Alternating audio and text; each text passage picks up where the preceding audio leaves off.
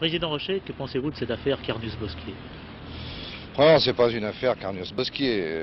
Disons que il y a effectivement quelque chose qui est mal conçu dans cela, à savoir que 8 matchs avant la fin, on ait publié que ces deux joueurs étaient déjà sous contrat pour la saison prochaine à Marseille.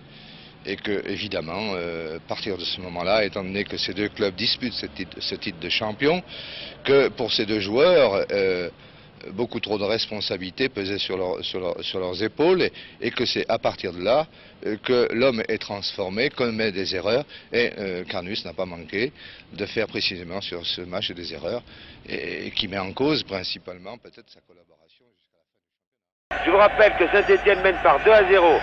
Comme Kiev avait gagné en URSS par 2-0, les deux équipes sont à égalité sur l'ensemble des deux matchs. Il reste 8 minutes dans la prolongation. Et après ces 8 minutes, alors que c'est encore Patrick Révelli là, oui, va-t-il centrer? Et c'est Rocheteau qui marque le but de la victoire, sans doute.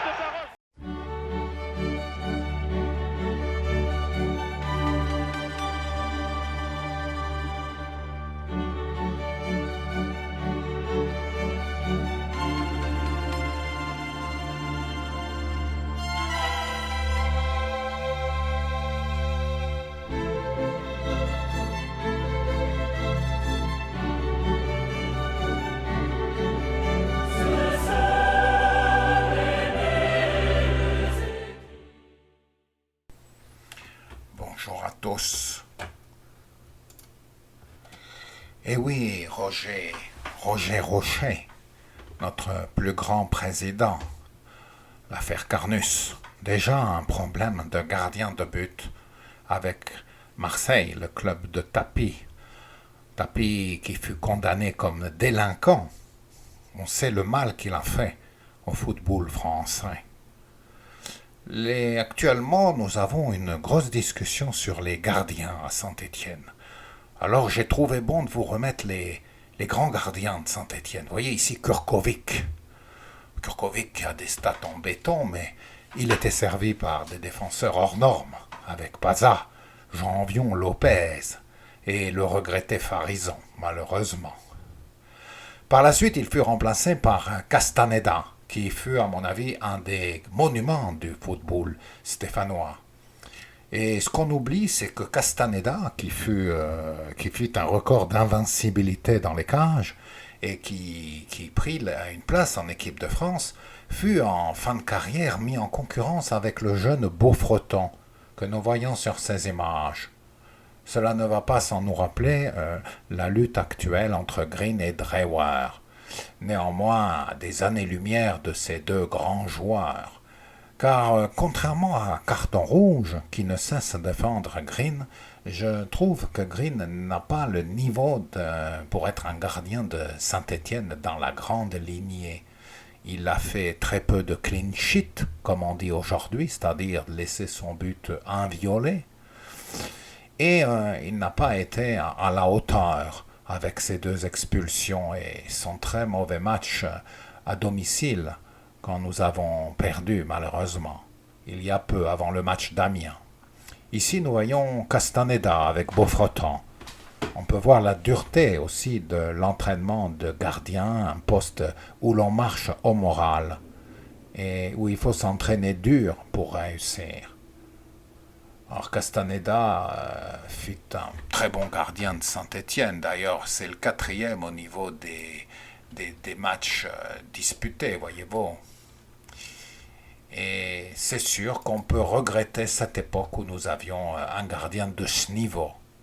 Mais pour moi, le plus grand gardien qu'on ait eu à Saint-Étienne, ce n'est pas Castaneda ou Kurkovic. Nous l'avons eu beaucoup plus tard, en 91. Et c'était un homme de 40 ans. Est-ce que vous voyez de qui je veux parler? Car peut-être que peu d'entre vous, se souviennent de ce gardien, qui pourtant fut un très grand champion puisqu'il fut élu joueur africain du siècle. Il était en concurrence avec Nkono. Je ne sais pas si ces images vont vous redonner son nom. Regardez, Ce gardien incroyable. Regardez ça. Ce n'est pas Green ou Drewer qui nous ferait ce style d'arrêt. Même Ruffier et Jeannot n'avaient pas ce niveau. Nous le voyons ici en Coupe du Monde, voyez. Il défendait les cages du Cameroun. Il débuta assez tard en Europe, à 31 ans. Il avait surtout concouru en Afrique, au Cameroun et dans les pays alentours. Et avec Saint-Étienne, regardez ce qu'il était capable de faire. Il pouvait partir aussi balle au pied de ses buts et dribbler plusieurs joueurs, apportant avant Neyer une touche offensive à son poste. C'est un gardien que personnellement je n'ai jamais oublié. Et du reste, il a les meilleurs stats de tous les gardiens de tous les temps de Saint-Étienne. Je peux vous les donner si vous voulez. Eh bien, certes, il n'a disputé que 108 matchs, donc en fait 118 si on compte les matchs de coupe, à une époque où Saint-Étienne n'était plus un très grand club, du moins c'était plus un club de premier niveau. Il a par exemple disputé moins de matchs que Jérôme Alonso, que je ne mets pas dans mon quintet. Et il a la statistique extraordinaire d'avoir encaissé 0,80 buts par match, ce qui en fait le meilleur gardien en fait, juste devant Carnus avec 0,88.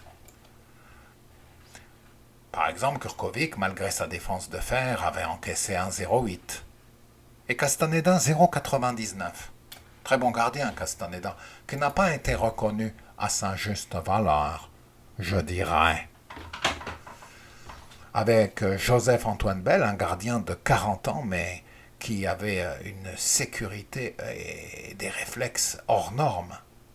Je vous laisse admirer tous ces arrêts tout de même. Alors après, bien sûr, comme autre grand gardien à la S Saint-Étienne, nous avons eu Jeannot, dans son style caractéristique. Il n'était pas très grand, mais d'une rapidité, d'une vélocité que nous n'avons plus retrouvée.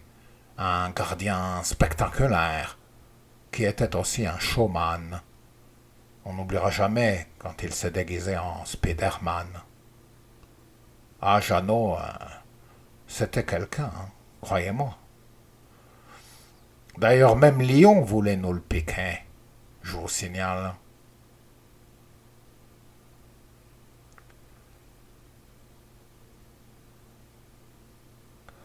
Et puis, après Jeannot, dans les grands gardiens de Saint-Étienne, eh bien, tout le monde saura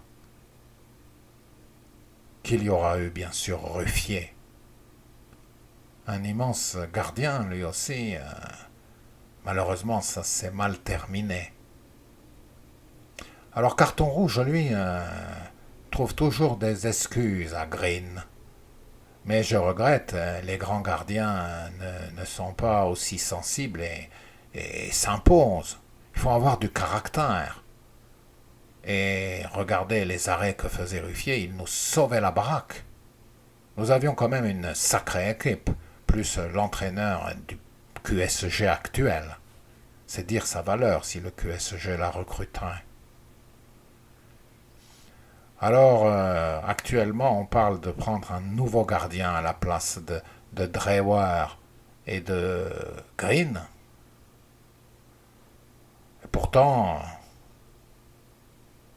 nous pourrions réfléchir à une autre solution.